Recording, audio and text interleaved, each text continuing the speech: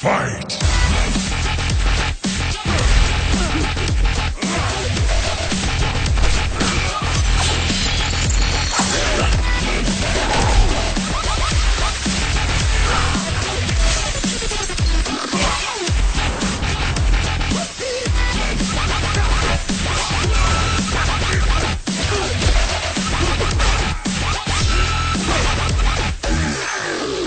Mortal Kombat.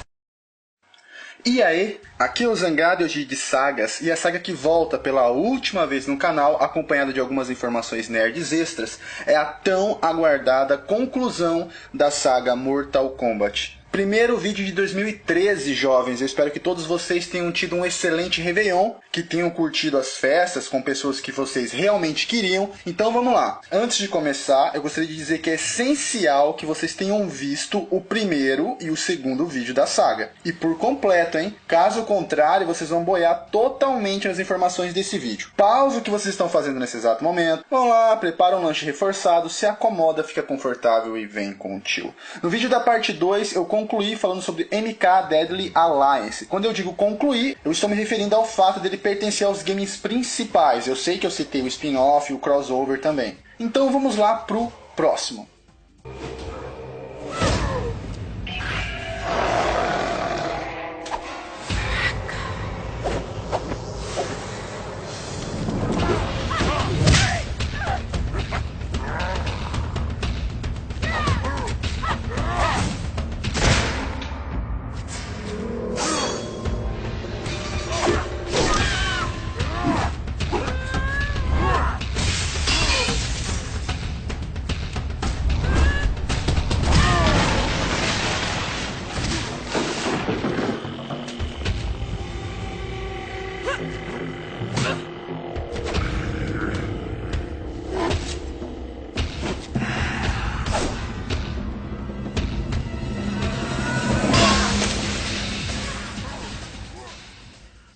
Em 2004 foi lançado MK Deception, também conhecido como MK6, desenvolvido e distribuído pela Midway, disponível para PlayStation 2, GameCube, Xbox e PlayStation Portátil. O jogo trazia 26 personagens, sendo apenas um deles não jogável.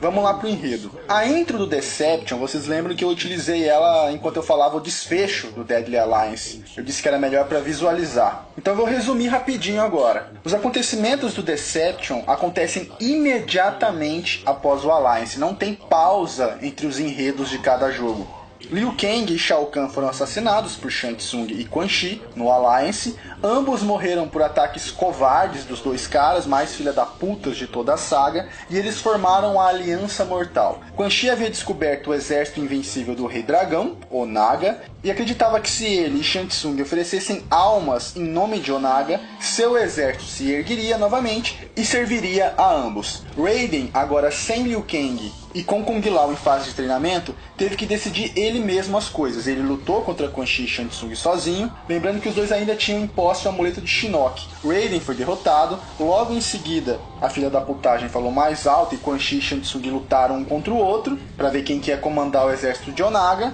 Quan Chi venceu, mas antes que ele pudesse comemorar alguma coisa, na verdade não foi apenas o exército de Onaga que se levantou, o Rei Dragão se ergueu junto com eles. Onaga parte para cima de Quan Chi quando Shang Tsung e Raiden se levantam e os três atacam Onaga. Nada funciona, cara. Raiden usa seu último ataque, ele se suicida, liberando uma enorme quantidade de energia, matando ele, Quan Chi e Shang Tsung, porém não fez um arranhão sequer em Onaga, que agora tinha retornado junto com seu exército e ainda tinha um amuleto de Shinnok, ou seja, fudeu e fudeu gostoso. Agora vamos a informações novas. Onaga planeja dominar todos os reinos e se tornar soberano. Ele quer recolher os 6 artefatos dos Elder Gods, os Kamido-Gus. Já falei sobre eles no vídeo da parte 2. E com esses 6 artefatos fundir todos os reinos em apenas um. Vamos falando dos personagens para vocês entenderem qual foi o desfecho da história. Começando por Sub-Zero. Ele mudou bastante o visual de um game para o outro, mas tem explicação. Vocês lembram que ele havia sido convocado por Raiden mais uma vez para defender a Terra em Deadly Alliance. Mas acabou acontecendo aquele incidente com aquela vaca traidora da Frost. Mas pelo menos ela teve o que merecia, né? Depois desse incidente, Sub-Zero foi para o mundo externo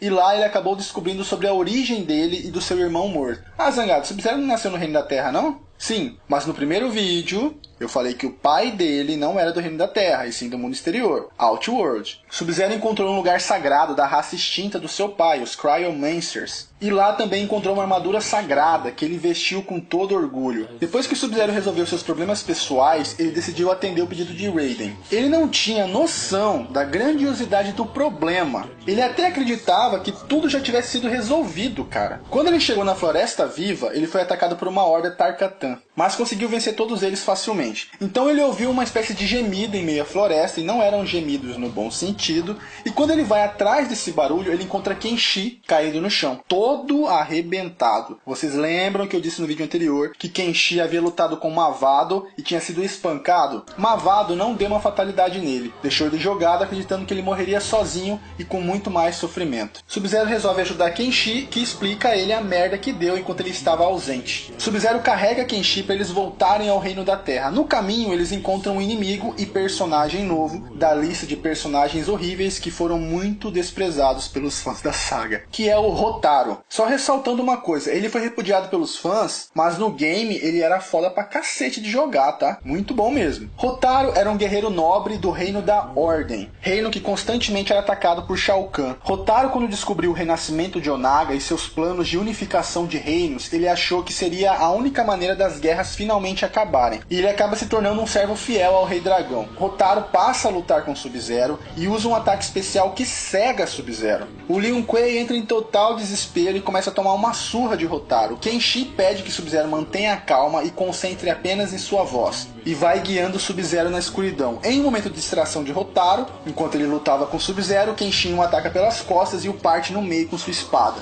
E eles continuam a viagem para o Reino da Terra. E novamente encontram outro guerreiro e personagem novo chamado de Shujinko. Para falar sobre esse personagem, se prepara, jovens, lá vem histórias antigas de MK. Façam um círculo, uma fogueira, peguem seus marshmallows enquanto o tio conta toda a história. A história dele é conectada à história de Onaga. Lembra que eu disse pra vocês que Onaga era o fucking fodão dominador, com seu exército que conquistou dezenas de lugares? Eu até fiz uma comparação dele com Alexandre o Grande, e ele queria mais, queria ser imortal, e pegou um ovo de dragão, e queria que seu espírito passasse pro dragão, mas antes do ritual, Shao Kahn envenenou. Lembraram, né? Então, a partir daí, Onaga, antes de morrer, usou seus poderes e fez seu espírito aparecer para Shujinko, um jovem e poderoso guerreiro escolhido para ser o representante do mundo exterior nos torneios do MK. Mas ele não apareceu para Shujinko como Onaga, até porque Shujinko era contra a sua tirania. Ele se fez passar por Damashi, que seria um mensageiro dos Elder Gods. Damashi é inspirado no anjo Gabriel, que era o mensageiro de Deus. Em forma de Damashi, ele disse que os Elder Gods haviam pedido a Shujinko que juntasse todas as Kamidogus e colocassem no Nexus. O que é isso, Zangado? Nexus é um lugar neutro entre todos os reinos.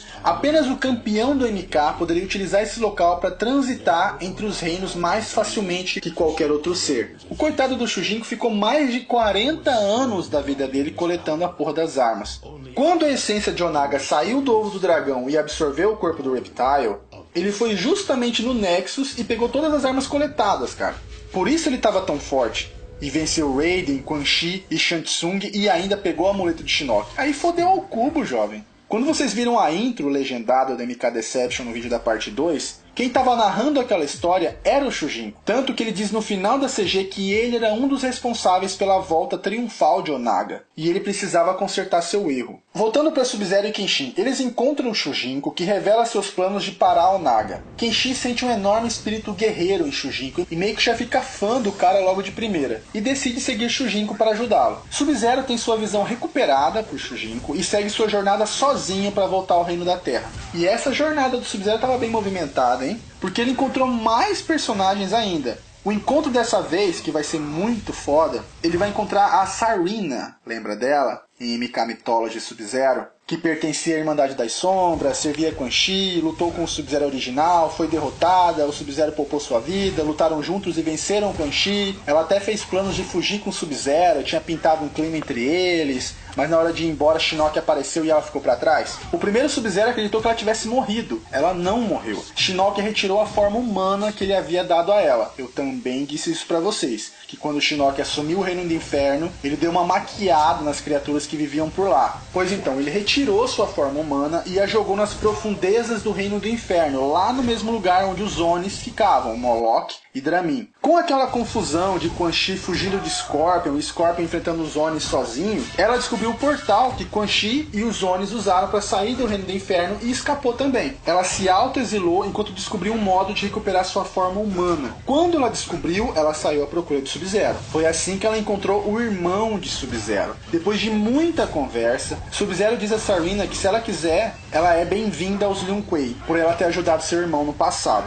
Ela fica bastante feliz e aceita a proposta, e se une a Sub-Zero para voltar ao Reino da Terra. Passando próximo ao Palácio de Shao Kahn, eles vão encontrar Noob e Smoke, que agora estavam juntos e são os subchefes do game. Essa união deixou muita gente confusa, cara, porque eu disse pra vocês no primeiro vídeo que Smoke sempre foi um guerreiro do bem, e mesmo em MK3, quando ele foi traído pelo próprio clã e transformado em robô, com a ordem de assassinar Sub-Zero, que era o seu melhor amigo, em meio à luta ele conseguiu recuperar sua memória e junto com Sub-Zero venceu Cyrax e Sector. E aí do nada ele aparece como vilão. É o seguinte, após essa luta que ele teve com Cyrax e Sector, cada um seguiu seu caminho. Smoke não voltou aos Lin Kuei, então ele acabou sendo capturado por forças de Shao Kahn e desativado. Seu corpo foi jogado nas masmorras do Palácio de Shao Kahn e por lá ficou por anos. E Noob, enquanto espionava Shao Kahn para Shinnok, encontrou a carcaça de Smoke e usou uma nova tecnologia robótica alterando seu corpo e o reprogramou para ser seu escravo. Então Smoke não tem consciência do que ele está fazendo, mesmo com Sub-Zero implorando que ele recuperasse a razão. Sub-Zero pede para Sareena fugir e enfrenta Smoke e Noob sozinho. Ele luta bem graças ao amuleto do dragão, mas as coisas acabam complicando demais e ele é nocauteado. Noob ordena que Smoke o mate. Antes de Smoke o matar, Sareena volta e dispara uma enorme magia como distração, pegando Sub-Zero e fugindo. Quando Sub-Zero volta à consciência, ele está sozinho e não sabe o que aconteceu com Noob, Smoke ou Sareena. Sem entender, ele chega ao castelo dos Lin Kuei e para fechar com chave de ouro a sua mega jornada, ele encontra quem?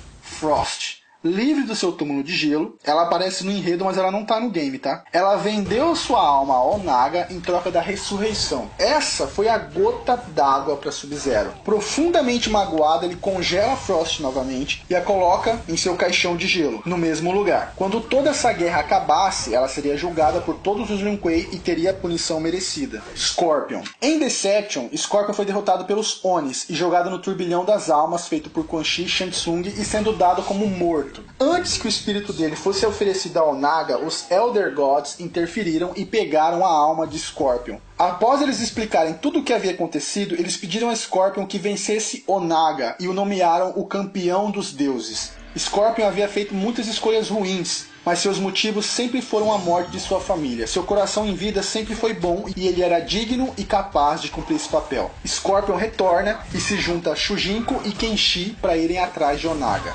Raiden, outro que apareceu com um look totalmente diferente. Você já deve estar se perguntando, porra, o cara não se matou para tentar vencer o Naga? O que ele tá fazendo aí? Então, sim, ele se matou. O que Raiden fez é considerado indigno para um deus. Por isso ele renasceu como um homem, um deus caído, corrompido. Raiden, mesmo caído, ele queria defender a Terra. A diferença é que agora ele não é um deus e seus métodos para defender a Terra não são mais puros, digamos assim. Ele encontra Shujinko bem antes do velho encontrar Sub-Zero e Kenshi. E Raiden o culpa pela volta de Onaga e o desafia para uma luta até a morte. Shujinko moe a cara de Raiden sem muita dificuldade e ainda poupa a sua vida. Raiden fica desesperado. Ele sabe que Onaga está ressuscitando os guerreiros mortos e os fazendo trabalhar para ele. Então ele vai até o túmulo de Liu Kang e invoca uma magia negra dos Necromancers, revivendo Liu Kang, mas revivendo entre aspas. O corpo se levanta, mas a alma de Liu Kang não retorna ao seu corpo.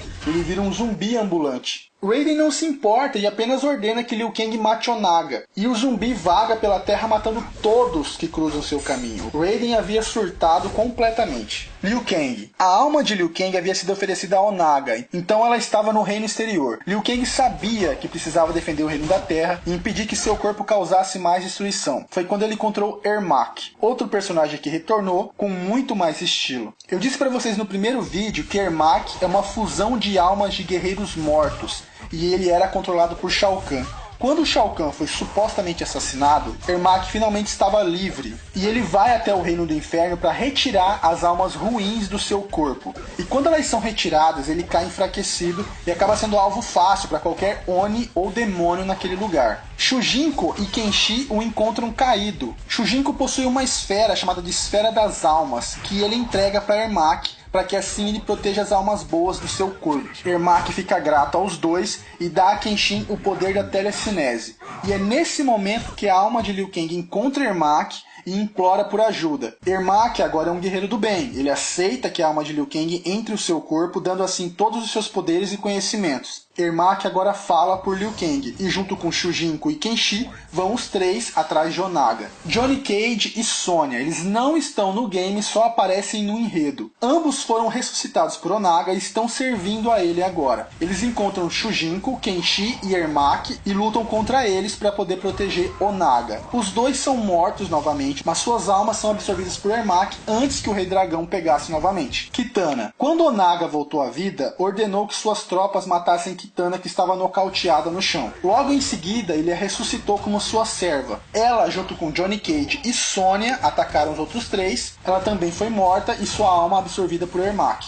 Ela, assim como Johnny e Sonya, está no enredo, mas não no game. Jax. Após ele matar o Hal em Alliance, Jax foi assassinado pelo exército de Onaga e ressuscitado também. Teve o mesmo destino que Johnny, Sonya e Kitana. Aparece no enredo, mas não está no game. Kung Lao. Ele ficou de fora do Alliance para treinar com o Boraicho, porque ele supostamente seria a última esperança do Reino da Terra. Depois que ele concluiu seu treinamento, ele foi morto pelo exército de Onaga, velho. Não adiantou nada. Foi ressuscitado, virou escravo, morreu e sua alma foi absorvida por Ermac. Milena, ou Mylina, eu chamo de Milena. Ela havia sido morta por Kitana pela segunda vez em Alliance. Onaga a ressuscitou para ser sua serva. Ordenou que Milena se passasse por Kitana e colocasse toda Edenia ao seu lado. Milena manda Boraicho em uma missão suicida com poucos soldados contra um exército gigantesco de Tarkatans. Porém o cara é foda e retorna sozinho. Mesmo que o seu plano de matar Boraicho tenha falhado, ela conseguiu manter afastado da guerra. Milena não conseguiu fingir ser Kitana por muito tempo. Ela é muito safadona para bancar a boa menina. E assim que foi descoberta, ela foi presa e mantida como prisioneira pelas forças de Edenia. Li Mei. Mudou o visual, tá mais gostosa do que antes. Nossa senhora. Como eu disse pra vocês no vídeo anterior, ela foi morta por Quan Chi e Shang Tsung e sua alma oferecida a Onaga. Agora ouçam só a coisa tensa que eu tenho pra falar. Ela também foi revivida para servir o Rei Dragão. Só que diferente de Sonya, Johnny, Kitana, Jax, Kung Lao, ela não servia Onaga como guerreira. Porra, zangado, quer dizer que Onaga, o Rei Dragão, o bicho com 3 metros de altura, estava empurrando o canhão na Li Mei. Minha nossa. Que dó, que dó, que dó. Quando Boraicho foi enviado à missão suicida e retornou a Edenia, e com isso Milena foi desmascarada, Li Mei apareceu por lá com alguns guerreiros de Onaga. Boraicho a venceu e, usando algum tipo de magia, conseguiu purificar seu espírito corrompido, a livrando do domínio e da piroca de Onaga. Baraka. Eu havia dito pra vocês que ele tinha descoberto os planos de Quan Chi, havia sido morto por ele, depois ressuscitado por ele também, porém sua memória havia sido apagada. Onaga viu um possível servo fiel em Baraka e o livra do domínio de Quan Chi. Baraka fica eternamente grato a Onaga e vira um de seus generais, atacando outros reinos com o seu exército de Tarkatans. Jade estava de volta, também com visual diferente, mostrando o rosto e tal, as delícias, gostosa. Jade, como eu já disse pra vocês, é uma serva fiel e grande amiga de Kitana. Então ela estava servindo a Milena achando que era Kitana. Quando a Milena foi desmascarada por Boraicho, Jade partiu para o Reino da Terra tentando encontrar Kitana. Cabal. Após o MK3, Mavado surgiu no caminho de Cabal e acabou com a raça dele. Esse Mavado é fodinha, hein, cara? Porra, ele sai arrebentando todo mundo. Cabal, em uma época da sua vida, pertenceu ao Dragão Negro, o clã do Kano. E Mavado, como eu disse pra vocês, é de um clã rival. Por isso a luta. O problema do Mavado é que ele não executa ninguém. Ele arrebenta e vai embora. Ou seja, Cabal não morreu. Ele foi encontrado à beira da morte por um personagem novo,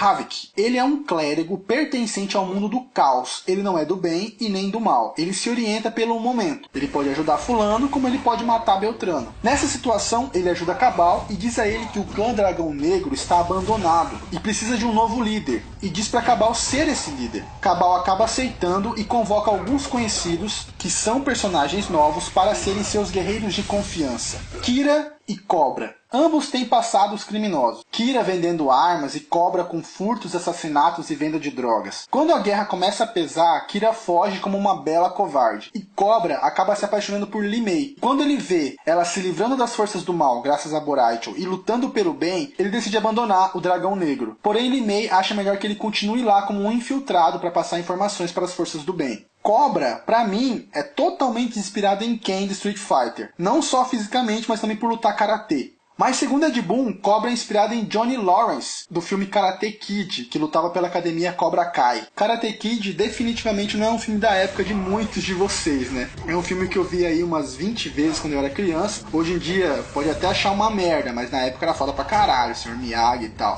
E tinha uma trilha sonora foda bagarai também. Eu vou colocar na descrição do vídeo o link do filme e o clipe da música pra vocês conferirem quando o vídeo acabar. Havik, Cabal, Cobra e Kira vão até o local onde será a luta contra Onaga e assistem tudo à distância. Quando a luta acaba, Havik ordena que Cabal e os demais ataquem as forças do bem. É nessa hora que Kira foge e Cobra decide mudar de lado. Havik se aproxima do corpo de Onaga e rouba seu coração, ganhando a habilidade de ressuscitar os mortos, que era o seu objetivo desde o início. E Cabal não preciso nem dizer que ele foi nocauteado rapidinho, né? Lutar sozinho. Nightwolf, outro grande guerreiro que sempre evitou lutar, mas dessa vez ele não tinha escolha. Ele estava tendo visões com Onaga e a destruição do Reino da Terra. Depois que ele soube o que aconteceu com Liu Kang e Raiden, era questão de vida ou morte. Nightwolf sabia uma maneira de vencer Onaga, mas era perigoso demais. Então ele resolveu partir sozinho. Ele foi para Niederhelm e usou uma habilidade única que ele possuía de drenar almas. Nesse reino ele seria capaz de enfraquecer Onaga. Ele conseguiu chegar lá a tempo, bem na hora que os outros guerreiros estavam enfrentando o Rei Dragão.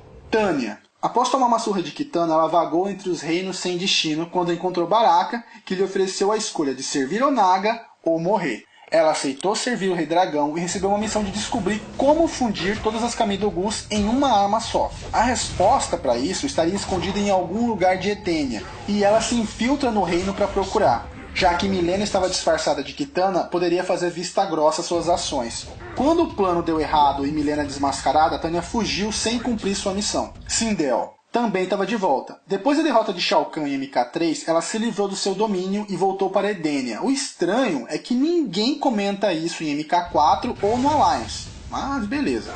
Quando Sindel descobriu que sua filha tinha desaparecido e Mileena estava disfarçada, ela partiu junto com Jade para encontrá-la. Asra, personagem nova. Ela era um demônio que vivia em Niederhelm e obedecia às ordens de Quan Chi. Um dia ela se recusou a obedecê-lo e, como punição, Quan Chi mandou uma de suas irmãs a assassinarem. Asra conseguiu fugir de sua assassina e encontrou uma espada chamada Chris, que tinha origem divina. A cada alma corrompida que ela matava utilizando aquela espada, sua própria alma era purificada.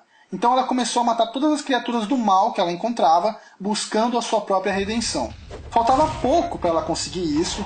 Ela buscava encontrar Ermac, achando que ele seria o último demônio que ela mataria. Porém, ela foi derrotada e sua vida poupada. Em seguida, ela fica sabendo de um outro guerreiro chamado de Noob e parte imediatamente em sua busca.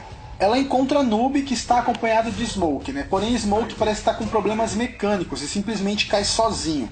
Asra luta com Noob e o mata. Sua alma é perdoada e ela é levada para algum lugar até então desconhecido. Darius, personagem novo e bem sem graça. Junto com Rotaro, foi mal recebido pelos fãs. Ele é um Seidan, pertencente ao reino da Ordem. Seidans se parecem com humanos normais, mas todos eles possuem poderes mágicos e vivem muito mais. O reino da Ordem é um mundo que se assemelha à ditadura. São leis rígidas, com penas de morte caso alguém as descumpra. Darius é contra esse regime e criou um grupo de resistência. Ele contratou outro personagem novo chamado de Dairo, também Seidan, para roubar o pergaminho da Ordem, contendo as leis daquele reino. A história de Darius e Dairo é muito dispersa da trama principal. Isso também justifica a rejeição aos personagens. Tá todo mundo falando de batata. E chega dois caras e perguntam cadê o feijão. Nada a ver. E por último, Shujinko, que eu já contei sua história, só falta contar o desfecho de tudo. Ele reuniu Kenshi, Scorpion, Ermac, Boraicho e Li Mei e destruíram todas as Kamidogus, enfraquecendo muito Onaga. Com Nightwolf drenando a alma de Onaga em Niederhelm, enfraqueceu ele ainda mais. Shujinko manda todos se afastarem e luta 1x1 contra Onaga e o vence. Mas antes de morrer, a alma de Onaga é enviada a Niederhelm. E como é que estava o jogo? Ainda em 3D, seguindo o mesmo estilo de jogabilidade que eu disse sobre o Alliance,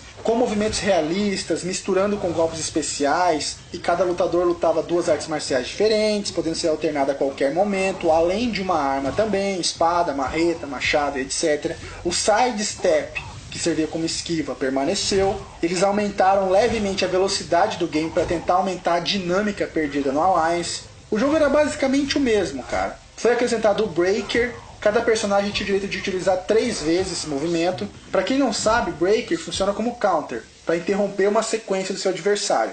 O jogo possuía 22 arenas, ainda mais fodas e detalhadas do que o Alliance. A interação com o cenário também seguiu o mesmo padrão do Alliance. Os cenários tinham níveis, tinham pedaços destrutivos e outros que causavam dano ao adversário, espirrando lava, ácido. A novidade é, em Alliance, as fatalidades com o cenário haviam sido retiradas. Nesse aqui, elas voltaram. A diferença crucial é que você poderia matar seu adversário durante a luta, sem que o HP dele tivesse zerado. Se você estivesse lutando com um cara e ele estivesse próximo a um local de queda e você o golpeasse e ele voasse, ele cairia naquele buraco, mesmo que o HP dele tivesse cheio. Morte instantânea.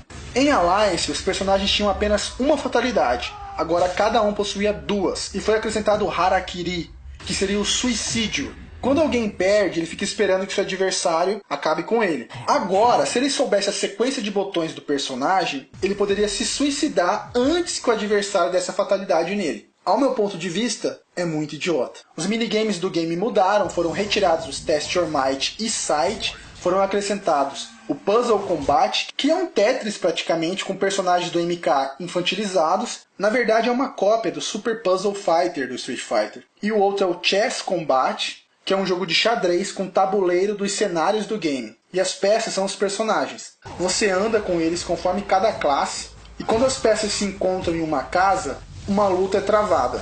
É legalzinho, cara, por alguns minutos, mas depois, né? As moedas ou coins continuavam no game, porque a cripta também continuava, só que em Alliance possuíam mais de 600 criptas. Nesse aqui só tinha 400. O modo Conquest continuou, mas totalmente diferente. Era um game de aventura que contava a história de Shujinko, ainda jovem, muito antes de MK1, conta sua jornada completa até o Deception. O jogo ele funciona como aventura, mas as batalhas são em modo luta mesmo. A dublagem era péssima e esse modo não era muito emocionante, mesmo nos dando mais informação ao enredo. E o pior de tudo é que a gente era obrigado a jogar, cara, para destravar todos os personagens. Imagina o quanto que é legal você jogar por obrigação alguma coisa. Eu joguei esse modo pelos personagens e principalmente pela história, porque eu achei muito chato esse modo. MK Deception foi o primeiro MK a ter um modo online para se enfrentar adversários. Não era uma maravilha, na verdade era bugado pra cacete. Mas foi o início, né? Deception teve média de 8,1 nas reviews mundiais, exatamente a mesma média do Alliance.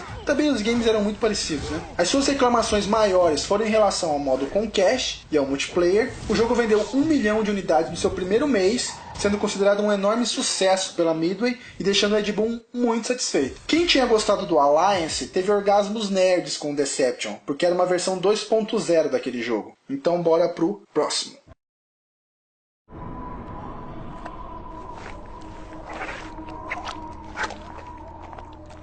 There have been many powerful warriors throughout the millennia.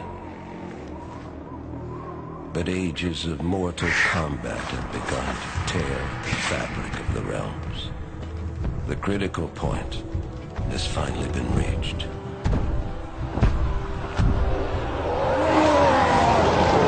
It was foreseen that combatants would one day grow too powerful and too numerous.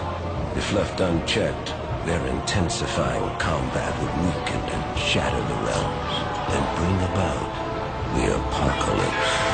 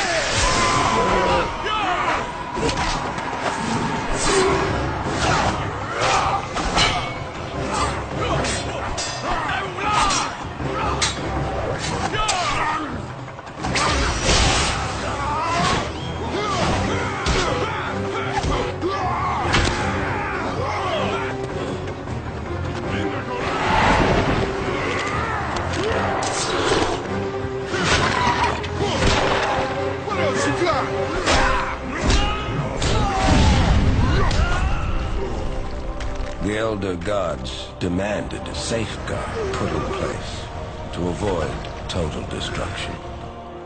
One that would make use of the combatants' insatiable bloodlust. Like moths to flame, they would be drawn to battle.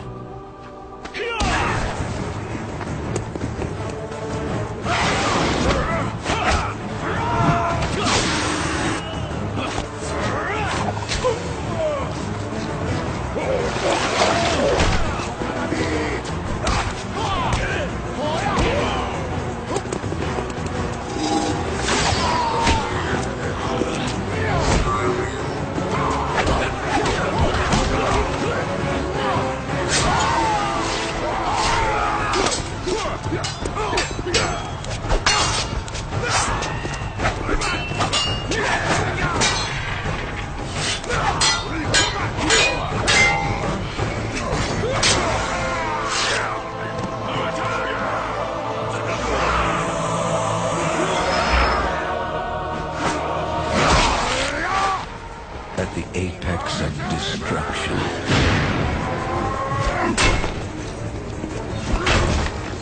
alliances will be broken.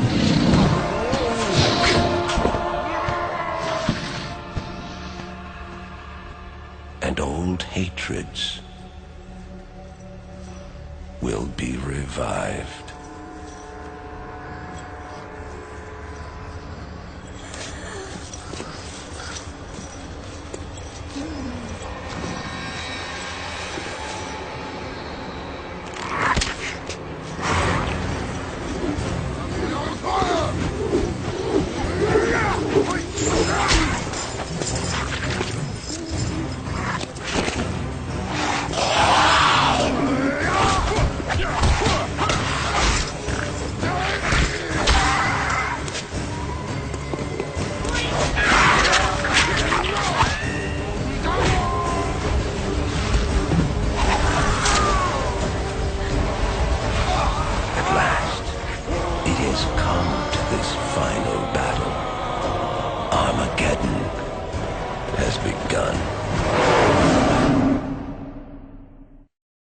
Em 2006 foi lançado MK Armageddon, desenvolvido e distribuído pela Midway, disponível para PlayStation 2, Xbox e Nintendo Wii. O jogo trazia 63 lutadores, cara. Nossa senhora, agora fodeu para explicar, mas vamos lá. Após a derrota de Onaga, os Elder Gods notaram que haviam muitos guerreiros poderosos em cada reino, e como a viagem entre os reinos estava facilitada agora, a destruição de todos os mundos era apenas questão de tempo. Os deuses sabiam que a hora da profecia tinha chegado. Esses acontecimentos já tinham sido profetizados com a profecia do Armageddon. Vamos lá, jovens, façam outro círculo, uma fogueirinha, peguem seus marshmallows que lá vem história antiga de MK novamente. Lá atrás, quando eu expliquei para vocês o surgimento dos reinos, lembram que os Elder Gods mataram o primeiro ser com as Kamidogus, cada arma caiu em um lugar e cada lugar se tornou um reino? Algum tempo após esse fato, o deus protetor de Edenia era Argus, que era casado com Délia, a Dama do Fogo. Ui, devia ser quente o negócio. Ambos tiveram 2 filhos, que são os 2 únicos personagens novos do game, Taven e Dagon. Dália tinha visões do futuro e acabou tendo a visão do Armageddon. Argus revelou aos deuses antigos a visão que sua mulher havia tido, e eles exigiram do casal uma solução. Argus criou uma enorme pirâmide que ficaria localizada nas ruínas de Edenia, e Dália criou uma criatura elemental poderosíssima chamada de Blaze. Lembram dele? No início, Argus queria criar algo impossível de se vencer, que todos os guerreiros que participassem morressem. Mas Dália dizia que isso era injusto, não era a atitude de um deus honrado. Então ambos decidiram colocar seus filhos na competição, e quem vencesse ficaria com o trono de Edenia. Para vencer Blaze, os filhos precisariam ou da espada sagrada de Argus, ou da armadura lendária de Dália. Resumindo, quem ia vencer o Armageddon seria um dos 2. Todos os outros envolvidos, foda-se. Muito justo o negócio, né? Se Blaze fosse morto com a espada, todos os envolvidos, com exceção do campeão, morreriam. Se Blaze fosse morto por alguém vestindo a armadura de Dália, todos os competidores que ainda estivessem vivos perderiam seus poderes. Argus colocou seus 2 filhos em hibernação e cada um foi posto em um templo. E um dragão ficou responsável pela segurança deles. Orin protegeria Taven e Carol protegeria Daigon. E quando o dia da profecia chegasse, os dragões acordariam seus protegidos. Argus não contou a nenhum dos dois o objetivo deles. Ambos foram postos para dormir sem saber o que estava acontecendo. Tudo só seria explicado a eles quando eles acordassem. Daigon foi despertado séculos antes do Armageddon e descobriu o que ele deveria fazer. Sua sede por poder o consumiu. Ele fundou o clã Dragão Vermelho. Aquele clã que Mavado supostamente era o líder, era tudo fachada. Ele teve muito tempo para escolher seus guerreiros e ampliar seu poder, para que quando seu irmão despertasse, ele não tivesse a mínima chance. Vamos falar dos personagens agora para ter um entendimento geral. Começando por Sub-Zero. Ele estava no palácio dos Lin Kuei quando do nada foi atacado por um homem desconhecido. Esse homem é Taven, que já tinha despertado para o dia da profecia. Ele estava à procura da armadura de sua mãe. A armadura de Dahlia era protegida pelos Lin Kuei há centenas de anos. Taven entrou no palácio, matou vários guerreiros e acidentalmente libertou a Frost do seu caixão de gelo. Quando ela foi descongelada, ela estava em posição de ataque ainda, então ela acabou atacando Taven achando que era Sub-Zero. Ele revidou e a nocauteou. Depois desse incidente com a Frost, que Taven encontrou Sub-Zero. A luta não durou muito porque Sub-Zero viu no rosto de Taven uma tatuagem. Essa tatuagem era o símbolo que ficava nas portas do Palácio Lin Kuei. Então Sub-Zero descobriu quem ele era na verdade. Então Sub-Zero levou até a armadura sagrada e deixou Taven a vestir. Taven contou a Sub-Zero o que ele deveria fazer, e Sub-Zero aceitou ajudá-lo para tentar salvar a vida dos guerreiros. De repente o palácio foi atacado por Noob e Smoke. Porra, Zangado, o Noob não morreu, velho? Pra Asra no Deception? É, jovem, foi o que todo mundo pensou. Eu vou simplificar uma coisa para vocês nesse enredo aqui. Todos os guerreiros que um dia participaram do MK estavam de volta nesse jogo. Se o cara morreu, se o cara viajou, se o cara dormiu, se o cara tá com problema de ereção, não interessa, ele vai voltar em MK Armageddon. Esse foi um dos grandes problemas do jogo. Muitos personagens acabaram ficando sem explicação, com furo. Ed Boon só queria trazer todos de volta para ver eles se matando no final. Mas então, Taven foi lutar com Smoke e Sub-Zero com Noob. Taven mata Smoke sem muita dificuldade, e durante a luta de Sub-Zero ele descobre que Noob era seu irmão morto e se recusa a lutar com ele, e acaba sendo nocauteado. Quando Noob ia matar Sub-Zero, Taven interfere e mata Noob. Sub-Zero recobra a consciência e parte com Taven para as ruínas de Edenia. A hora do juízo tinha chegado. Esse é o último momento de Taven antes da batalha final. Conforme eu for falando dos outros personagens, vocês vão reparar que Taven passou por muita coisa antes de chegar até aqui e encontrar Sub-Zero. Sub-Zero foi morto por Shang Tsung enquanto ele subia a pirâmide no confronto final. Scorpion. Ele havia honrado sua promessa de campeão dos deuses e ajudou a impedir os planos de Onaga. Depois disso, ele renunciou ao título. Com isso, ele acabou despertando a fúria dos deuses antigos, que em punição ressuscitaram todo o clã de Scorpion morto, incluindo a sua família, mas todos eles voltaram como mortos-vivos, sem alma. Scorpion ficou enfurecido e decidiu impedir que o Armageddon se concretizasse. E resolveu matar um dos irmãos dragão. O problema é que ele escolheu Taven para lutar. Ele encontrou o Taven, eles lutam e Scorpion é derrotado, mas sua vida foi poupada. Scorpion vai até as ruínas de Edenia para tentar acabar com Armageddon novamente, e em meio à guerra ele é morto por Sub-Zero. Raiden está completamente surtado, chegou ao ponto de se aliar a Shao Kahn. Informação nova, Shao Kahn não foi morto por Quan Chi e Shang Tsung em Alliance, aquele era um clone. O verdadeiro Shao Kahn estava debilitado, mas escondido, e surgiu totalmente recuperado em Armageddon. Ele concorda em lutar ao lado de Shao Kahn para impedir o Armageddon, desde que Shao Kahn deixe o Reino da Terra em paz. Raiden vai atrás de Taven para tentar impedir o Armageddon, eles lutam, Raiden é derrotado e sua vida é poupada. Liu Kang. Seu espírito ainda estava com Ermac. O encontro nas ruínas de Edenia já estava prestes a acontecer, então ele pede a Ermac que vá para lá, porque provavelmente seu corpo estaria lá. E realmente estava. Mas ele não conseguiu chegar a tempo. Seu corpo matou Shang Tsung na subida da pirâmide e foi destruído com a energia liberada no surgimento de Blaze. Johnny Cage foi ressuscitado e lutou pelas forças da luz para impedir o Armageddon. Ele morreu lutando com Hal na subida da pirâmide. Tava uma bagunça muito grande, jovens. Ele tava lutando com um, tomava espadada no olho do outro, nem sabia quem tinha enfiado. Tava tenso o negócio. Hal morreu junto com Johnny Cage quando eles caíram do alto da pirâmide. Sonya também foi ressuscitada e já estava voltando ao seu trabalho de investigação. Havia surgido um novo clã de robôs chamado Tekunin, e seu líder era Sector. Um grupo de Tekunins estava planejando atacar uma região do Reino da Terra, mas nessa região estava Taven, que acabou com todos eles sozinho. Sonya observou tudo de longe e desde então passou a seguir Taven. Em um momento de distração, ela o aborda e exige respostas. Taven se nega a dá-las e ambos lutam. Taven a vence e poupa sua vida. Pouco tempo depois, Sonya se junta às forças da luz para tentar impedir o Armageddon e é morta enquanto lutava com Frost. Uma coisa totalmente sem sentido é essa cena que eu vou colocar pra vocês. Na intro do game, ela é apenas ilustrativa, jovens. É pra indicar que o bicho pegou geral, mas não levem tão a sério aquela bagunça que aconteceu nela. Até porque Johnny Cage empurra a Sonya pra morte na subida da torre, velho. Eu vou deixar rolar.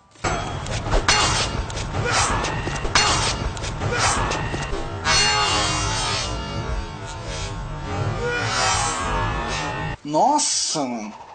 Kitana também foi ressuscitada. Ela havia se juntado a Nightwolf, Ermac, Jade e Sindel na procura do corpo de Liu Kang. Sem sucesso na busca, todos os 5 foram lutar pelas forças da luz no Armageddon. Kitana foi morta em batalha e não conseguiu se aproximar da pirâmide. Quem a matou não foi revelado. Nightwolf e Ermac conseguiram subir na pirâmide, mas ambos foram mortos por Shiva na subida. Jade morreu pra Tanya no começo da guerra e Sindel também morreu, mas não foi revelado quem a matou. Jax também foi ressuscitado. Foi ele que mandou Sonya investigar o clã de Sector. Quando Sonya se uniu a Johnny Cage na batalha do Armageddon, obviamente Jax também foi. Jax foi morto por Shao Kahn na subida da pirâmide. Mileena. Ela havia sido capturada em Edenia quando descobriram que ela se passava por Kitana. Deu o seu jeito de escapar e se aliou a Shao Kahn novamente. Foi morta por Shang Tsung na subida da pirâmide. Li Mei novamente mudou de visual, cada vez mais gostosa. Agora ela estava lutando pelas forças do bem, se aliou a Boraicho por ter libertado ela de Onaga, e durante o confronto foi morta por Hotaru, ainda bem longe da pirâmide.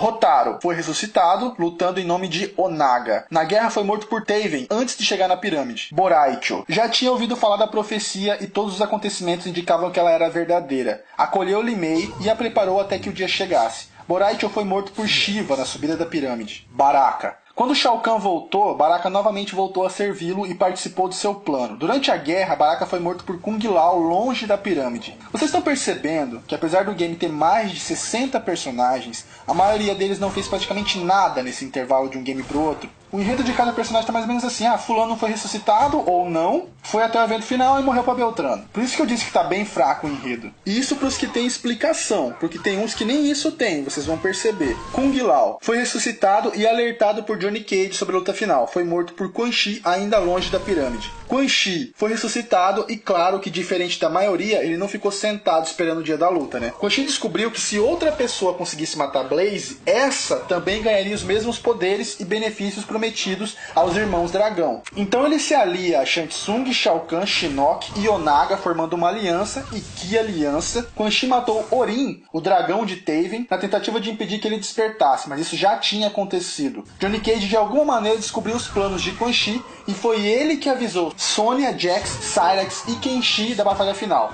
Quan Chi matou Kung Lao longe da pirâmide e Kenshi enquanto subia nela e foi morto por Shang Tsung. Cyrax havia conseguido retornar ao Reino da Terra muito danificado por ter se exposto ao calor intenso para pegar aquele orbe para Nitara. Jax e Sonya o acolheram e consertaram, quando receberam o aviso de Johnny sobre a batalha final. Cyrax foi morto por Shiva na subida da pirâmide. Shiva também, né, jovens? Matou meio mundo nessa bagaça, velho. Por isso que eu falo, tem que comer Shiva, velho. Ali tem potência. Shiva. Finalmente ela voltou, deu uma sumida violenta da saga, ela que havia falhado com Shao Kahn em MK3 e como punição foi enviada a um exílio em Niederhelm. Agora que a batalha final se aproxima, Shao Kahn a trouxe de volta se aliando a seu exército. Shiva voltou para MK com muita raiva porque ela matou meio mundo nessa guerra e foi morta por Kenshi enquanto subia a torre. Foi revelado depois que não era a verdadeira Shiva e sim uma ilusão de Shinnok. A verdadeira Shiva tinha desaparecido, talvez até morrido.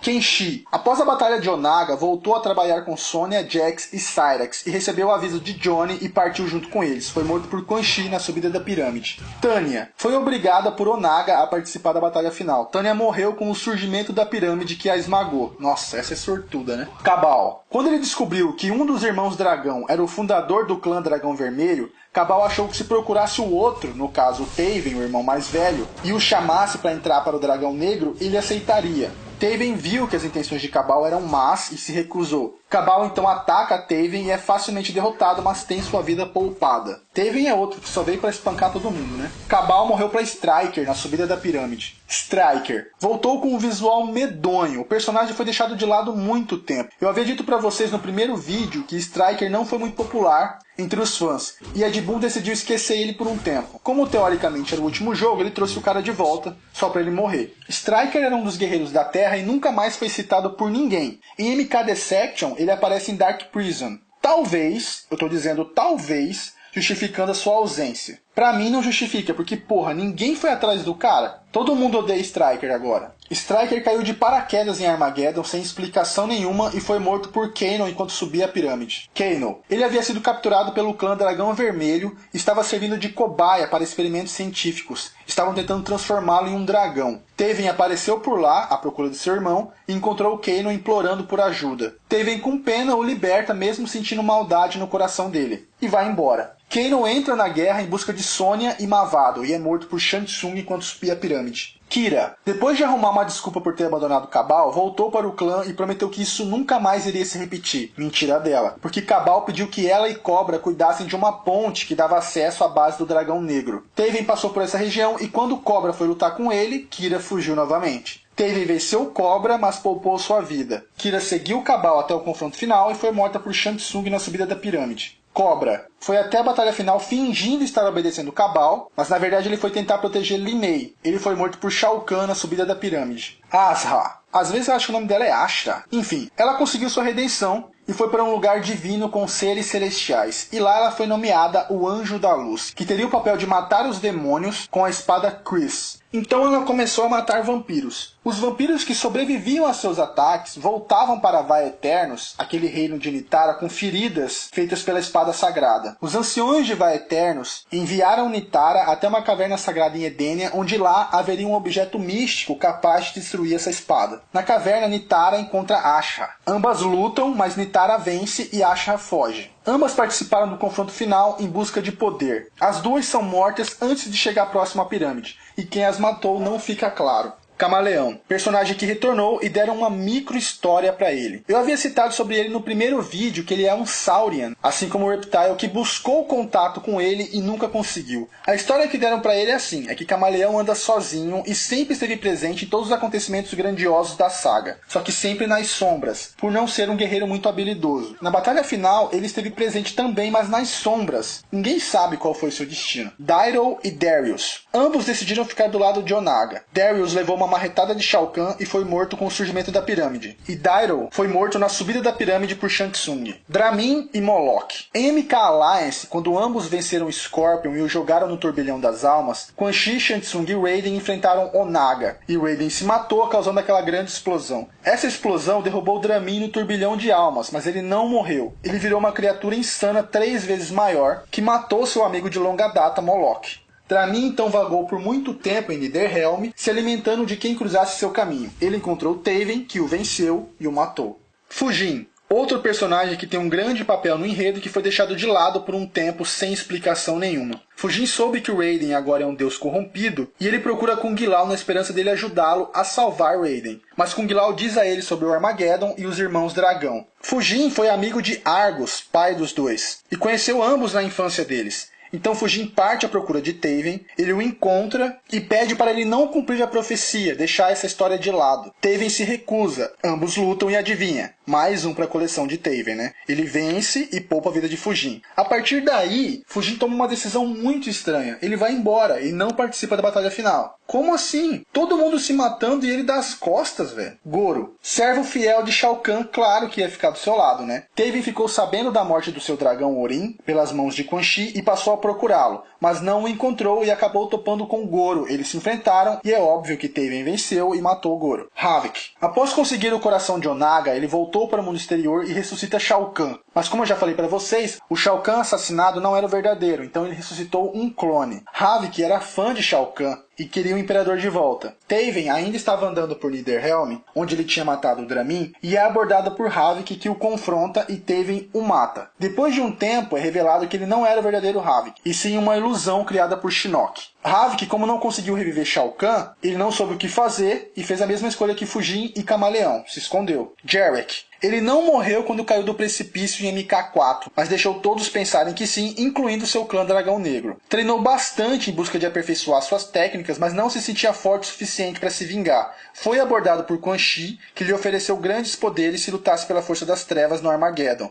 Jarek aceitou e morreu esmagado quando a pirâmide surgiu. Kai voltou para tentar ajudar Liu Kang. Lutou pelas forças do bem, mas foi um dos primeiros a morrer na batalha por sua inexperiência. Não se sabe ao certo quem o matou. Kintaro também era uma ilusão de Shinnok em campo de batalha. O verdadeiro Kintaro não foi ressuscitado. Mavado. Ele não foi morto por Johnny Cage, ele apenas ficou próximo da morte, mas sobreviveu. Retornou ao Palácio do Dragão Vermelho e recebeu ordens do seu mestre Daigon, que dizia que Taven iria atrás dele. Então mandou Mavado matá-lo. E é óbvio que Mavado não ia conseguir, né? Ele foi derrotado, mas antes de Taven o matar, ele consegue escapar. Na intro do Armageddon, nós vemos Mavado no meio da guerra lutando, cara. Mas segundo a história, ele não foi para o confronto final. Depois que ele perdeu pro Taven, ele fugiu e desapareceu. Mocap. É um personagem cômico, não tem participação nenhuma no enredo. Onaga. Quando ele foi morto por Shujinko, sua alma foi levada a Nidarhelm. Quem fez isso foi Shinnok. Shinnok prometeu ressuscitar Onaga desde que ele o servisse na Batalha do Armageddon. Onaga no início se negou, ainda mais porque ele teria que lutar ao lado de Shao Kahn. Porém Shinnok prometeu dar Shujinko a ele para sua vingança. Onaga acabou aceitando o acordo e acordou ao lado de Quan Chi e Shang Tsung, que também foram ressuscitados por Shinnok.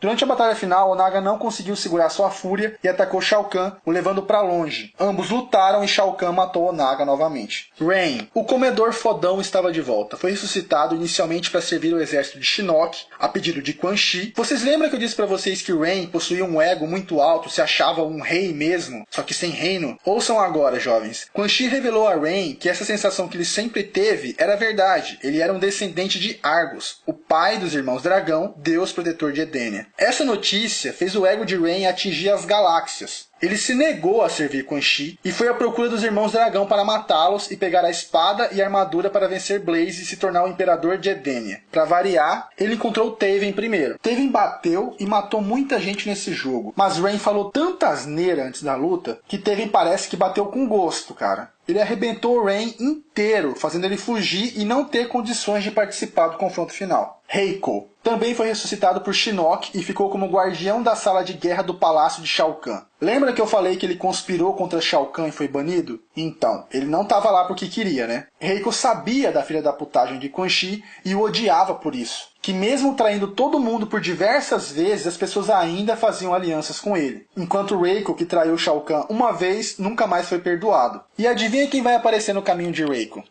Taven. Eles lutam e Reiko é derrotado. Mas Taven não o mata. Quando Taven vai embora, Reiko fica feliz porque tinha visto o poder real de Taven e sabia que nem Quan Chi, nem Shao Kahn teriam a mínima chance se lutassem contra ele. Seria a morte certa. Então Reiko decidiu ir embora e esperar o resultado do confronto final. Reptile. Quando Nightwolf fez o ritual para drenar a alma de Onaga, ele conseguiu retirar Reptile de dentro dele. Reptile aproveitou para escapar e quando a aliança de Shinnok foi formada, ele correu para encontrar todos os seus mestres novamente. Ele morreu durante a guerra, ainda distante da pirâmide. Quem o matou, ninguém sabe. Sareena. Após salvar Sub-Zero de Noob e Smoke, ela tinha desaparecido sem dar explicações. Na verdade, depois que ela usou aquela enorme magia de distração, ela acabou perdendo sua forma humana e voltando a ser um demônio. Por isso ela não teve coragem de se expor a Sub-Zero. O que ela não contava é que Noob e Smoke fossem atrás dela e a encontrassem. Eles a capturaram e entregaram a Quan Chi, que lançou uma magia sobre ela, devolvendo sua forma humana e dizendo que ela é um demônio e sempre será. Demônios não nasceram para amar. Sareena acaba aceitando isso e volta a servir Quan Chi. Em Armageddon, Sareena, Kia e Jataka estão reunidas novamente e foram enviadas até o Palácio do Dragão Vermelho. E lá acabaram encontrando quem?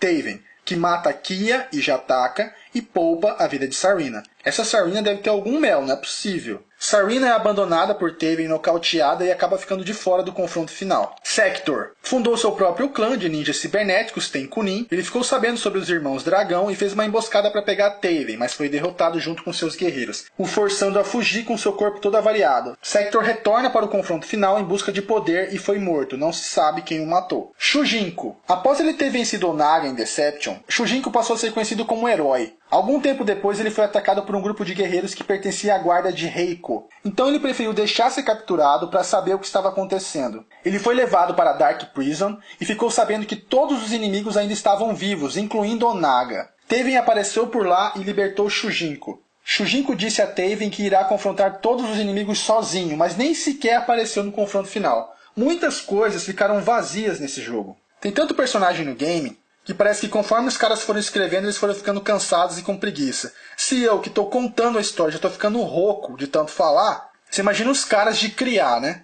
Quando eles estavam terminando de escrever, já estava assim, esse aqui roubou boné desse, esse aqui comeu a mulher daquele, esse aqui não pagou o aluguel. vai vencer Blaze e vender a armadura e a espada para pagar o aluguel. Já tava desse jeito o negócio.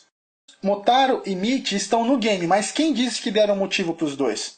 Ed Boon tava pensando, vá. Quem vai perguntar, cadê a história de Motaro, mano? Cadê a história de Mitch? Arruma essa porra aí, senão eu não vou jogar. Ele achou que ninguém ia questionar, né? Então ele foi colocando os personagens ali e foda-se. Shinnok. Foi ele que despertou Daigon antes do tempo e fez dele seu servo. E também foi ele que ressuscitou Shang Tsung, Quan Chi, Onagi e muitos outros guerreiros para o confronto final. Shinnok chegou a encontrar Taven e testou sua força com suas ilusões e ficou realmente impressionado. Foi nesse momento que ele descobriu que dificilmente conseguiria parar Taven. No confronto final, Shinnok foi morto por Blaze no topo da pirâmide. Agora vamos para a conclusão do enredo. Daigon criou o clã Dragão Vermelho e obrigou seu dragão Karo a criar portais pelos mundos. Quando Taven acordou, ele foi atrás da espada do seu pai, só que ela já havia sido pega pelo seu irmão séculos antes. Então ele foi buscar a armadura da sua mãe. No confronto final, Taven e Daigon fazem seu caminho até a pirâmide e chega a hora de se enfrentarem. Daigon diz a Taven que despertou muito antes e depois que ele pegou a espada de seu pai e foi até lá e matou seu pai e sua mãe, despertando a fúria de Taven. Eles lutam e Taven mata seu irmão. Tendo agora a espada e a armadura, ele sobe até a pirâmide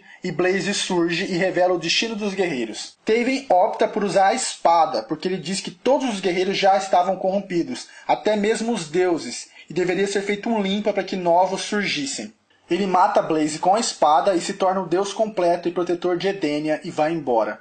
Mas Blaze havia sido corrompido antes por servos de Onaga, e ao invés dos poucos guerreiros que sobraram morrerem, a força deles foi ampliada. Ninguém sabia quem eram os guerreiros sobreviventes. Isso só seria revelado muitos anos depois. Até que enfim eu terminei de explicar todo o enredo da saga MK.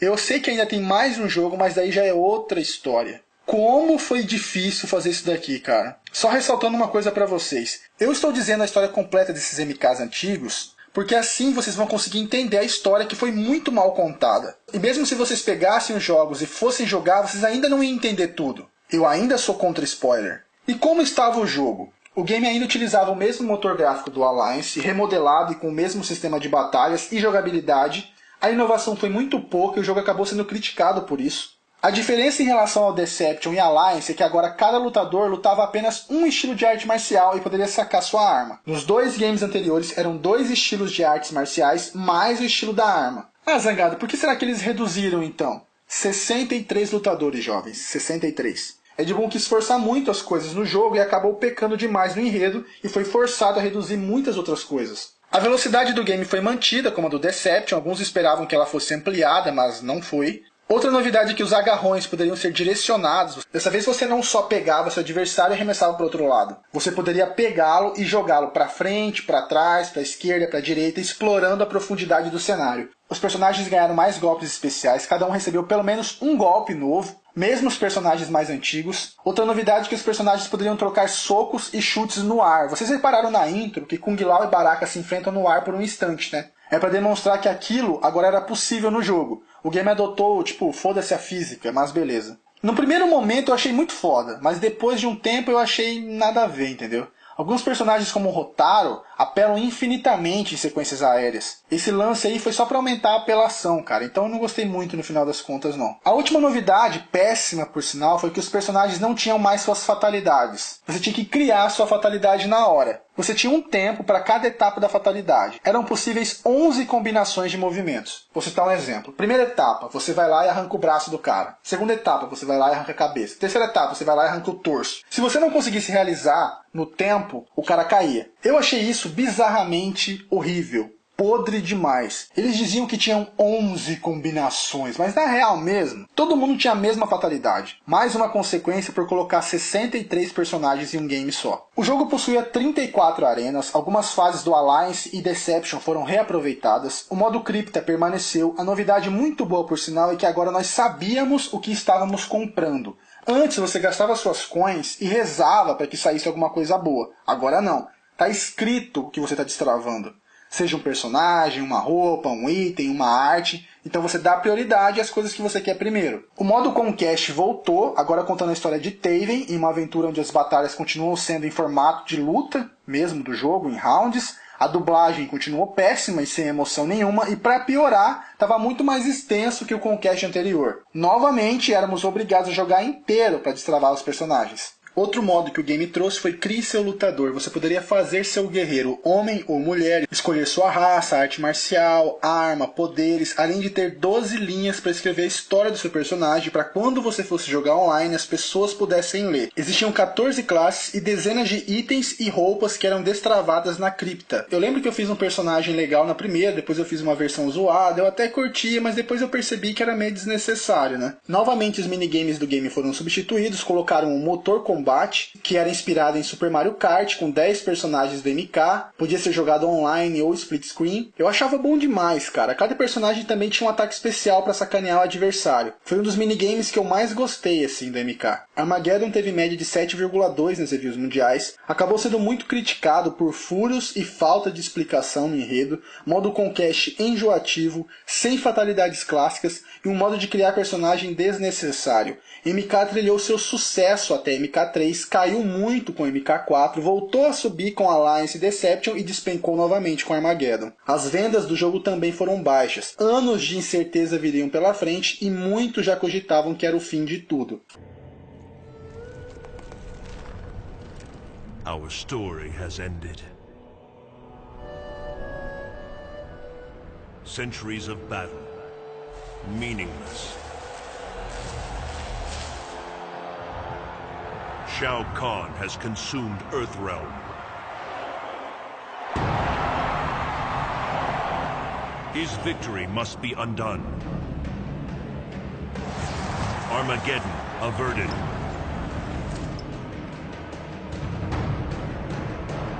We will strike where he is vulnerable. The past.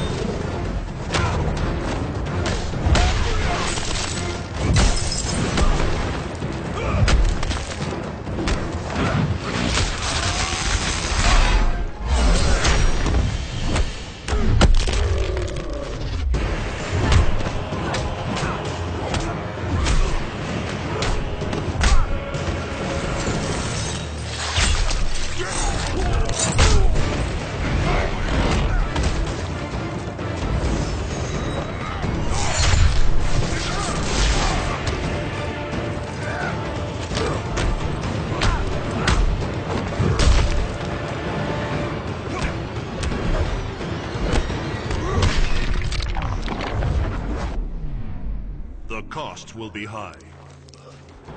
The sacrifices unthinkable. Many will fall.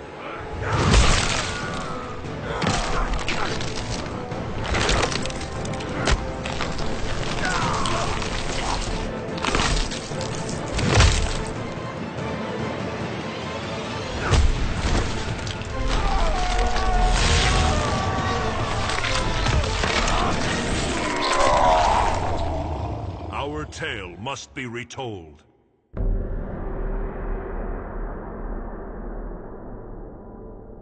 Em 2011 foi lançado Mortal Kombat 9. O 9 não tem no título, na verdade o game se chama apenas Mortal Kombat. Ele é uma sequência do Armageddon, mas ao mesmo tempo um recomeço. Eu disse pra vocês no final do vídeo da parte 2, quando eu falava lá do MK vs DC, que ele foi o último game produzido pela Midway, que declarou falência após o seu lançamento. Todos nós tínhamos certeza que a Midway teria levado a MK pra cova, né? Mas graças aos Elder Gods que isso não aconteceu. Ed Boon recebeu mais uma chance de mostrar que a saga não tinha acabado e os direitos foram vendidos para o Warner. O jogo foi desenvolvido pela NetherRealm Studios e distribuído pela Warner Bros., disponível para PlayStation 3, Xbox 360 e PS Vita. Então vamos começando pelo enredo, agora vai ser muito mais tranquilo para explicar e podem ficar tranquilos, não tem spoiler não. Depois do Armageddon, Taven se tornou um deus e foi embora. E os guerreiros sobreviventes deveriam ter morrido pelo fato dele ter utilizado a espada. Mas como o Blaze estava corrompido, as criaturas ruins acabaram se fortalecendo e quem sobrou ao massacre foram apenas dois. Raiden e Shao Kahn. Shao Kahn se fortaleceu e começou a dar uma surra de pau mole em Raiden, e como todo vilão, em vez de matar logo, ele fica cozinhando galo, fritando peixe, assando porco, só na malandragem. E o amuleto de Shinnok se quebra e Raiden, com suas últimas forças, usa uma magia para mandar um SMS mental ao Raiden do passado, dizendo assim: ele deve vencer. É quando toda a história retrocede e volta em MK1, onde o jogo começa. O jogo possui um modo história seguindo o mesmo estilo de MK vs DC. Cada capítulo nós assumimos um personagem, a gente luta com ele, vê as cutscenes que darão continuidade à história. O modo história do jogo tem aproximadamente 3 horas de duração e é um dos, se não o melhor modo história que eu já vi em um game de luta. As cenas de ação, a dublagem dos personagens são excelentes. Eles recriaram toda a história, só que com várias alterações, porque agora eles não foram criando os personagens aos poucos e tentando encaixar. Não, agora eles já têm todos. É como você ter um texto, cara, pronto,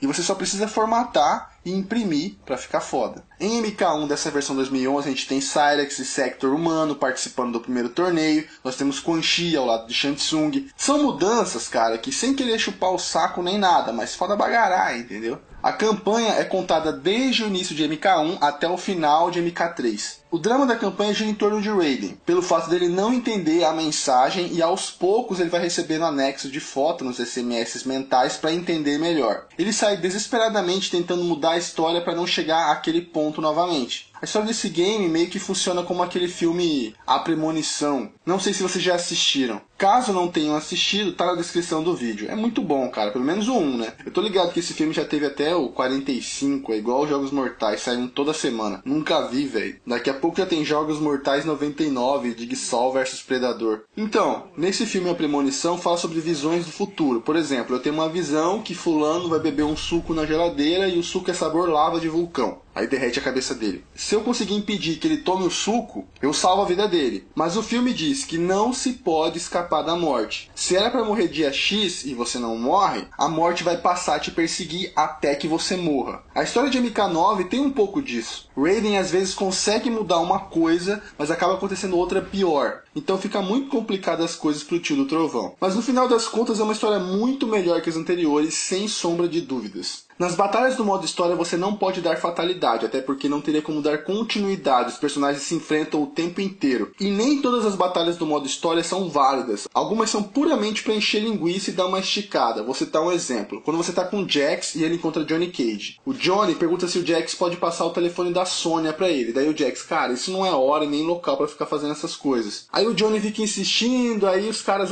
então bora brigar, entendeu? Tem dessas. E o melhor eu ainda não falei, o game veio com legendas em BR. Há erros grotescos na legenda, tipo, todo mundo já viu aquela cena da Sônia chegando no Jax e perguntando, você tá bem? E ele diz, eu tô ótima. Ou da Milena oferecendo um ursinho na torre de desafios pro Scorpion, a tradução diz que ela tá oferecendo uma camisola. Mas beleza, pra bom comedor meia foda basta. Além do modo história, o game também possui um modo arcade clássico, com a torre, até mesmo os finais com fotos e textos, para os mais nostálgicos, mas esses finais do modo arcade são todos alternativos. O jogo tem um gráfico muito bonito, muito rico em detalhes, não só na ambientação, que dá até arrepio de se ver as fases de MK1, 2 e 3 com os gráficos atuais. São 25 fases no total. A violência também. Quando a luta vai passando, os lutadores sofrem danos corporais, as roupas vão rasgando, espalhando sangue por todo o cenário. Essa novidade veio em MK vs DC e foi mantida. A água, o fogo, os raios, a lava, o ácido são muito bem feitos. A trilha sonora do game dispensa comentários. MK sempre deu muita atenção para a trilha sonora, isso já vem de berço já. O jogo funciona como 2,5D. Para quem não sabe, o game é totalmente em 3D, mas a jogabilidade é para os jogos 2D. Finalmente MK achou o caminho certo para isso. MK4 tinha sido feito dessa forma, mas ele era muito ruim, cara, não tinha nem como comparar. A jogabilidade é ótima, os controles respondem muito bem, o jogo é extremamente rápido, muito dinâmico, você pode combinar sequências de golpes normais com golpes especiais. O que eu não gostei foram algumas mudanças para se fazer os golpes especiais. Isso que eu achei bizarro. Como assim, Zangado? Eu explico. Quando você era criança e você jogou Street Fighter 2, foi lá, escolheu o Ryu e perguntou pro amigo do lado, como que dá poder? Ele vai te dizer, é meia lua pra frente com soco. Pronto. Você nunca mais vai esquecer. Você pode ter 45 anos, seu filho de 13 anos tá jogando lá Street Fighter 15, aí ele fala, senta aí pai, vamos jogar. Aí você senta, vai lá, escolhe Ryu, você não precisa nem perguntar, velho. Você lembra como se dá Hadouken. Agora, se você jogou MK1 com Liu Kang, aprendeu todos os poderes, daí você senta em MK9 e repete os movimentos, não sai nada. Mudaram tudo. Isso eu achei errado, entendeu? Mesmo um veterano em MK é forçado a ir no opções e ver a lista de movimentos. A lista de sequências eu até entendo, mas de golpes não, cara. Eu achei bobagem da parte dos caras. O game substituiu a barra do Rage criada em MK vs DC pela barra do X-Ray. Essa barra, quando ela enche por completo, você pode executar um movimento extremamente violento, onde ossos e órgãos de seus oponentes são destruídos e uma câmera de raio-x demonstra tudo nos detalhes. Essa barra de X-Ray pode ser gasta usando Breaker. Uma barra cheia de X-Ray dá o direito de 3 Breakers, assim como era em Deception. São 27 personagens no Xbox e 28 no PlayStation 3. Ué, Zangado, quem que é esse personagem a mais aí? Ah, você não sabe? Eu mostro pra você.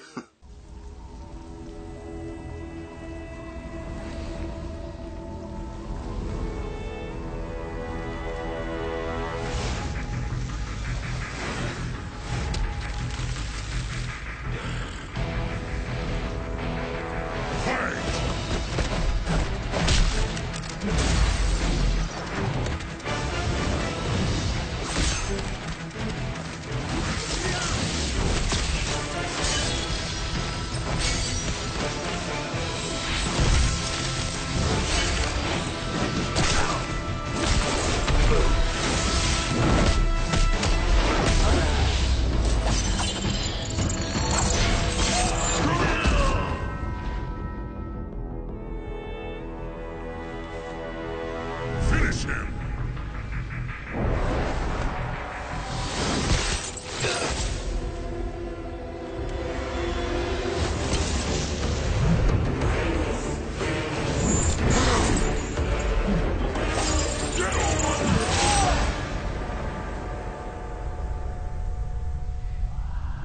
Isso mesmo, Kratos, e com a voz original e os golpes baseados nos movimentos do jogo, foda demais. Então são 27 ou 28 personagens sem as DLCs. As pessoas compram o jogo, daí vão lançando personagens para se comprar e depois vai lançar uma versão completa com todos eles, né? Entre os personagens da DLC a gente tem Fred Krueger, clássico dos filmes Trash, Rain, Kenshi e a saborosa da Scarlet. Essa Scarlet surgiu da mesma lenda urbana que Ermac em MK1. Ela era um erro que acontecia com a roupa de Kitana e aparecia em vermelho em MK2. Eu falei sobre esse lance de Ermac no primeiro vídeo, tá? Cada personagem possui 2 fatalidades e Babality. As fatalidades dos cenários estão presentes também. A violência das fatalidades chega a dar agonia, é extremamente brutal e extremamente massa pra caralho. O jogo trouxe a torre de desafios, que funciona como o primeiro modo Conquest, só que 1 milhão de vezes mais bem elaborado. Essa torre traz Test Your Might, Sight, desafios de luta como lutar com metade do HP, lutar envenenado, lutar de cabeça pra baixo,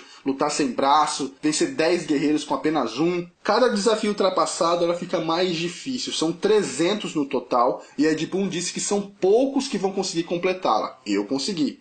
Zangado mentiroso. Ah, vai tirar leite de serpente. O game também traz o modo cripta, clássico, só que muito mais bem feito, com 1 milhão de coisas para se destravar com as coins que a gente conquista. A essência é a mesma. Um outro problema que o game tem é o excesso de loadings e o tempo desses loadings. Eles são muito demorados. Mesmo uma batalha que você aperta retry, lá vem loading novamente. Enquanto outros games, não só de luta, de outros gêneros também, o retry é instantâneo praticamente. O game possui um modo multiplayer muito lagado, só para passar raiva. Algumas vezes vai até tranquilo, mas em dias de mais movimento, tipo domingo à tarde, nossa senhora, é tenso o negócio. MK9 me fez ter a mesma sensação de quando eu joguei MK1 e MK3 pela primeira vez. Ele conseguiu me surpreender em cada detalhe. Esse jogo é um presente para qualquer fã da saga. Ed Boon pegou tudo de melhor que cada game apresentou e misturou e filtrou colocando nesse jogo. É um excepcional game de luta que eu recomendo muito para vocês. Até hoje se comenta em uma versão PC, mas não há data confirmada para isso, infelizmente. Antes de encerrar o vídeo, eu gostaria de falar sobre mais uma coisa do mundo de MK, então vamos lá. A última informação desse vídeo é sobre MK Legacy. É um mini seriado de 9 capítulos produzido para a internet em 2011, o mesmo ano de lançamento do MK9. Essa série é inspirada em MK. Poucos personagens são parecidos com os do game e a história é bastante alterada. O próprio Ed Boon participa como ator no terceiro episódio que fala sobre Johnny Cage. Esse seriado é legalzinho, alguns episódios são bem mais ou menos e as lutas na maioria são boas. O único episódio que eu realmente recomendo pra vocês é o 9º, chamado Cyrax e Sector. Eu recomendo pelas lutas e efeitos especiais. Eu coloquei na descrição do vídeo o link para vocês assistirem legendado, porque o disponível no YouTube tá sem legenda. Então quem tiver interesse, os episódios são bem curtos, duram em média 12 minutos, contando com os créditos, então é rapidinho vocês matam os 9 episódios. Certo? Bom, então é isso. Nossa, como eu queria falar essa frase, cara. Tô morto já. Eu espero que vocês tenham gostado dessa trilogia da saga MK. Por favor, avaliem, favoritem, compartilhem nas redes sociais para valorizar um empenho desgraçado para fazer esse vídeo. Eu acho que a gente começou bem em 2013, que vem um excelente ano para todos nós. Muito obrigado pelos 1 milhão de views pela primeira parte da saga MK. Grande abraço a todos vocês, jovens. Não se esqueçam de conferir todos os links da descrição. Tudo de melhor, sempre. Beleza? Então, valeu, falou e até mais.